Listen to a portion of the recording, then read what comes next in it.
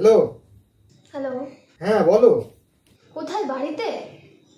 না, আমি তো বাড়িতে নেই।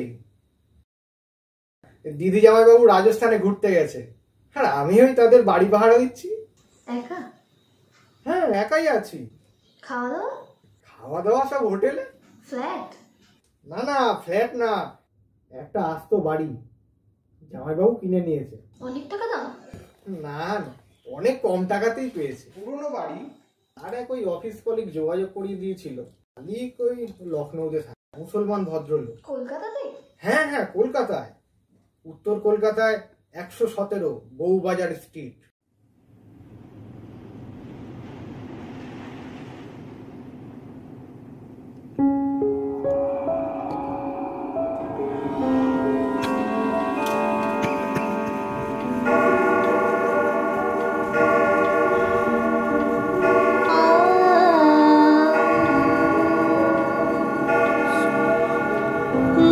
ছোনা করেছে আরে আসে না আমার বাড়ি,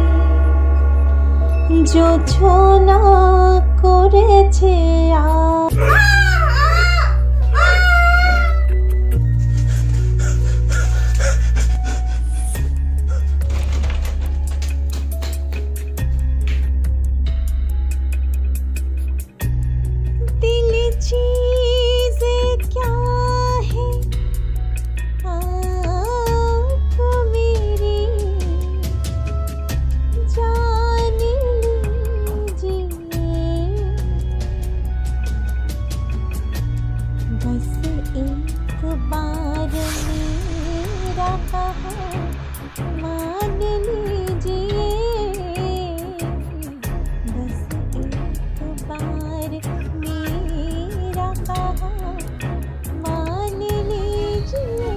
চাচা, ও চাচা, শুনতে পাচ্ছ? जी गाना, रेशमी बाई का गाना बहुत अच्छा। তুমিও শুনতে পাচ্ছ? जरूर, 50 साल पहले रोज सुनता था, अभी साल में एक बार। अक्टूबर महीना का 27 तारीख। आज? जी आज से 50 साल पहले। কি হয়েছিল আজ সে 50 সাল পহলে? এই হাবেলিতে রেশমি বাই খুন হয়েছিল। খুন? জি, খুন। আজকে রাতে, সেই রাতে भी এমন গানা হচ্ছিল। रेशमी भाई আমার আতর सुरमा बहुत पसंद करते। সেদিন রাত में আতর সুরমা বেচে আমি भी এখানে বসে গানা শুনছিলাম। আমার তখন জওয়ান বয়স, সবে লখনৌ থেকে এসেছি। যুদ্ধের বাজারে বাইজি পাড়ার সে রমরমা আর নেই। তখন দেশ সবে স্বাধীন হয়েছে। আমার রিশতেদাররা সব পাকিস্তানে চলে গেল, আমি খেলাম না, হয়তো রেশমি বাইয়ের গানা শোনার জন্য। কলকাতার বাবুদের সব রকম রমরমা শেষ। তখন ফটকাবাজি করে পয়সা কামানোর যুগ।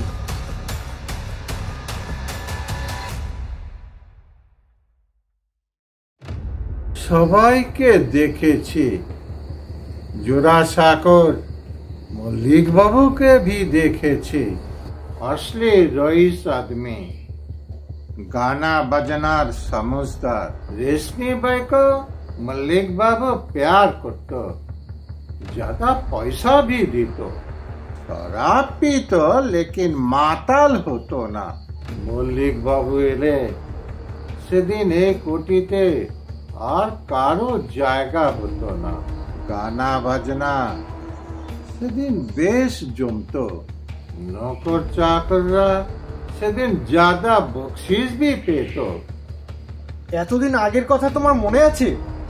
বিলকুল, এসব কথা কি বলা যায়? আরেক বাবু ছিল হিম্মতলাল। যুদ্ধের সময় ফটকা বাজারে বহুত পয়সা কামিয়ে রইস বনবার তদবির করছে। শরাব পেটে পড়ার আগে মাতাল হয়ে যেত। ওই ছোকরা রুপিয়ার জোরে রেশমি বাইকে কিনতে চেয়েছিল, তো রেশমি তার কাছে ধরা দেবে কেন? তার নজর ছিল অনেক উঁচু।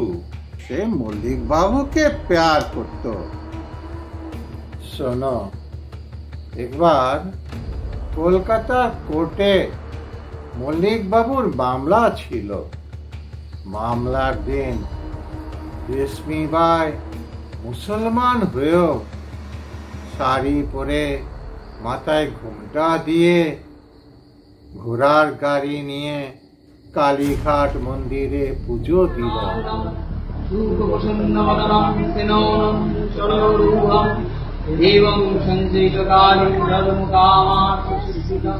মামলায় মল্লিক বাবুর জিত হলো। রেশমি ভাই কোর্টের নকর চাকরদের মিঠাই খাওয়ালো, বকশিস भी দিল। কিন্তু রেশমি বাই খুন হলো কেন? আর ওই হল ঘরে গান বাজনা? বলছি শোনো, একদিন সুবহ সুবহ মল্লিক বাবু এসেছেন। সেদিন খুব খুশি। রেশমি, আমি ঠিক করে ফেলেছি রেশমি। কি ছোট বাবু? আমি তোমাকে বিয়ে করব। আমি জমিদারি চাই না, অর্থ সম্পদ প্রতিপত্তি ঐশ্বর্য কিচ্ছু চাই না, শুধু তোমাকে চাই। কি বলছেন ছোট বাবু? আপনি কোথায় আর আমি কোথায়? এই যে ভাবাও পাপ। আপনি আমাকে যেমন অনুগ্রহ করেন তেমনি করবেন। আমি আপনার চরণের দাসী হয়ে থাকবো। না, তুমি হবে আমার বিবাহিতা স্ত্রী, আমার সন্তানের জননী। ছোট বাবু, আমাকে আর স্বপ্ন দেখাবেন না। আমি আপনার জন্য জীবন দিতে পারি, কিন্তু আপনার এই ইচ্ছা আমি পূরণ করতে পারবো না।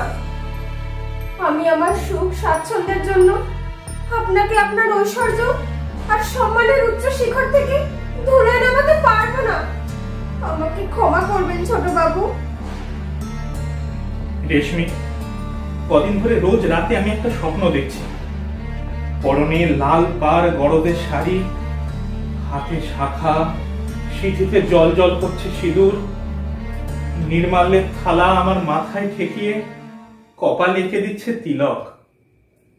কাল তার মুখখানা দেখলাম। সে তুমি। ছোট বাবু, তুমি আর অমত করো না রেশমি, চলো আমরা দূরে কোথাও চলে যাই। কিন্তু আমি যে মুসলমান, মুসলমান মায়ের গর্ভে আমার জন্ম।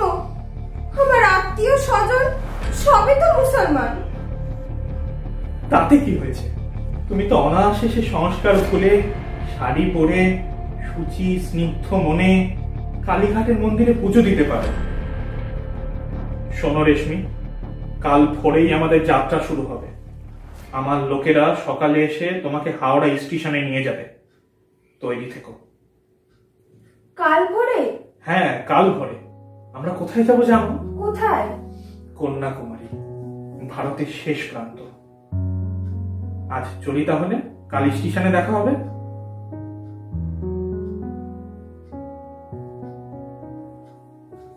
রাগ হলো? জানি না।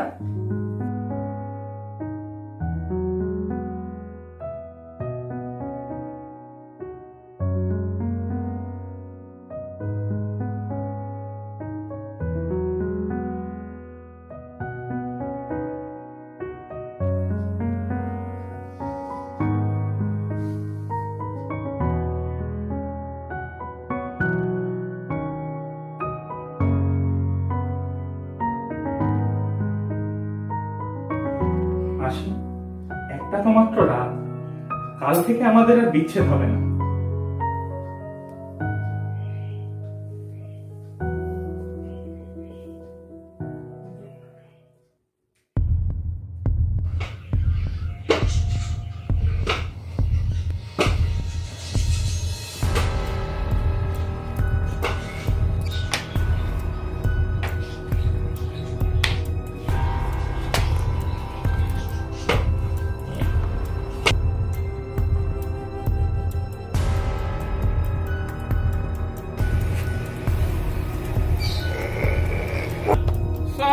রেশমে ভাইয়ের রোগ বের করেছে। আরে বাবু, বড্ড রোগ বের করেছে। কোথায় যাচ্ছেন? আরে কোথায় যাচ্ছেন আপনি? এখানে যা যান। তোকে কোথায় যা।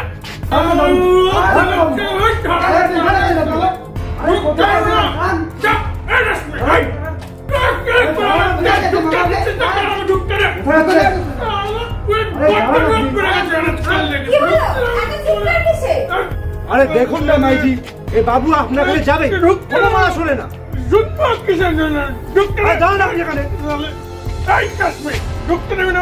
তুমি যাও এখান থেকে, আর কোনোদিন এখানে আসবে না।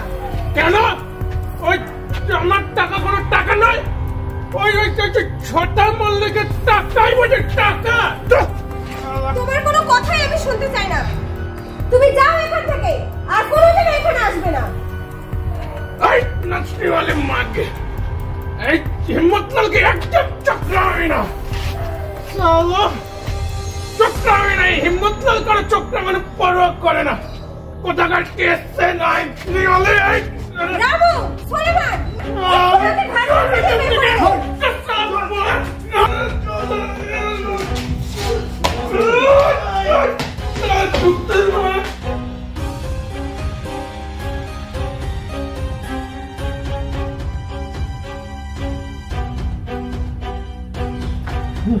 साले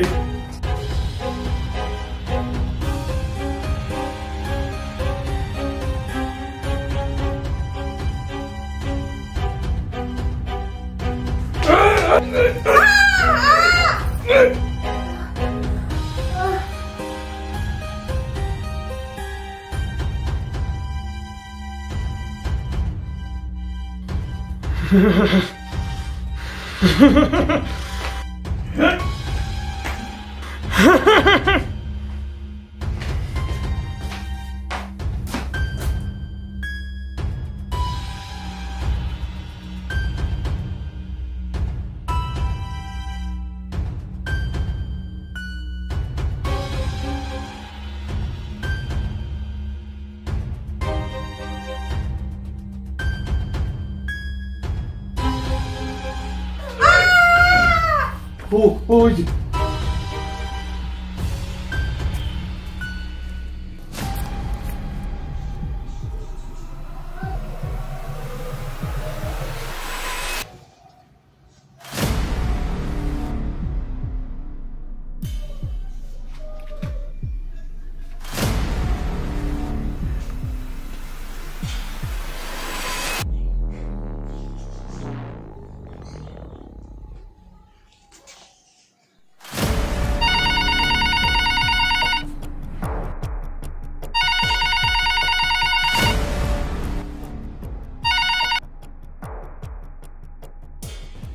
হ্যালো, হ্যাঁ বউবাজার থানা। আমি 117 নম্বর বউবাজার স্ট্রিট থেকে বলছি। এখানে একটা খুন হয়েছে। একটা মেয়ে? হ্যাঁ হ্যাঁ হ্যাঁ, একটা মেয়ে খুন হয়েছে একটা। কত নম্বর বললে? 117 বউবাজার স্ট্রিট। যে কত তারিখ? 27 অক্টোবর। 27 অক্টোবর, 117 নম্বর বউবাজার স্ট্রিট।